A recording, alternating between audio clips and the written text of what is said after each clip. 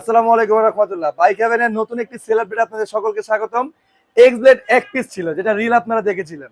যেই দিন এই এক্স ব্লেডটা আসছিল সেই দিনে আমাদের এই ভাইয়াটা নিয়ে গেল তার পছন্দের বাইক।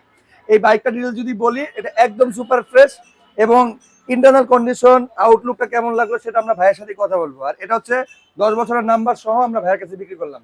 আসসালামু আলাইকুম ভাইয়া। আসসালামু আলাইকুম। ভালো আছেন? আলহামদুলিল্লাহ, আলহামদুলিল্লাহ। আচ্ছা, বাইক হেভেন কিভাবে চেনা হলো?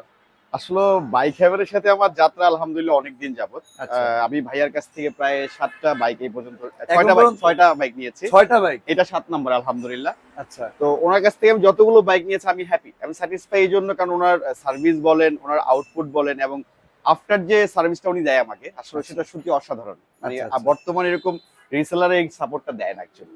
আর উনি মানুষ হিসেবে সত্যি আনোয়ার ভাই অনেক ভালো একজন মানুষ। যে সত্যি আচ্ছা। আমি কৃতজ্ঞতা করি।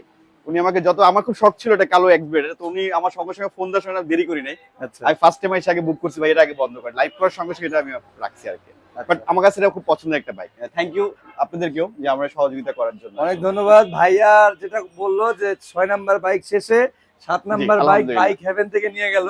আরেকটা মানে চমৎকার বিষয় বা অবাক করার বিষয় যেটা জিজ্ঞেস করবো, ভাইয়ার এটা নিয়ে কততম বাইক চলতেছে? এটা হচ্ছে 55, মানে 55, 54টা বাইক আমি রাইড করেছি। এটা 55, 54। 54 ছিল, এটা হচ্ছে এটা 55। এই গাড়িটা নিয়ে আমাদের এই ভাইয়ার গাড়ি টোটাল হলো 55টা। মানে আলহামদুলিল্লাহ, 54টা গাড়ি সে অলরেডি চালিয়ে 55 নাম্বার গাড়ি সে এখন চালাবে ইনশাআল্লাহ। আলহামদুলিল্লাহ। তো এই গাড়িটা যাতে ভাইয়ার সাথে ভাইয়ার সময়টা ভালো কাটুক, ইনশাআল্লাহ। আমরা যারা দোয়া যারা করবেন। লাইভটা দেখছি বা ভিডিওটা দেখছি সবাই আমরা দোয়া করব আমার জন্য যাতে দোয়া ভাইয়ার করবেন। নামটা জানি কি? ইয়াসিন। ইয়াসিন ভাই।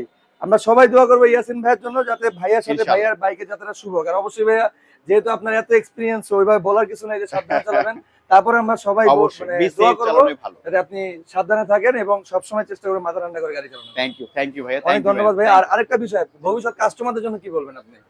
একটা কথাই বলবো যে 10 জায়গায় হচ্ছে 10,000 টাকা বেশি দিয়ে হলো ভালো জায়গার থেকে ফ্রেশ বাইক নেওয়াটাই ভালো। মানে এটা আমার উক্তি, কারণ আমি অন্য জায়গার থেকে 15,000 20,000 কম পেলাম, বাট পরে আমি ভোগান্তির মধ্যে পড়লাম। এটাই মনে, ওটার চাইতে আমার মনে হয় ফ্রেশ একটা গাড়ি কিনতে, একদম নতুনের মতো, যেহেতু ওগুলো কিনে গেলে অনেক ভালো, হ্যাঁ। সেফ থাকা যায় নিজের পার্সোনাল ইউজের রাইট, জন্য রাইট। যেহেতু একটা বাইক আপনি পারচেজ করবেন, অবশ্যই 2 টাকা বেশি হলো ভালো একটা বাইকই পারচেজ করা উচিত। Right, right. এটাই। আমার কিন্তু হচ্ছে কি গাড়ি কেনার পরে কিন্তু আমি আবার বাইক আরেকটা নিলাম। কি কারণ হচ্ছে গাড়ি রিসেন্টলি নিছিলাম, তারপরে হচ্ছে এক্সপ্লোরার পরে এখন আবার এটা নিলাম।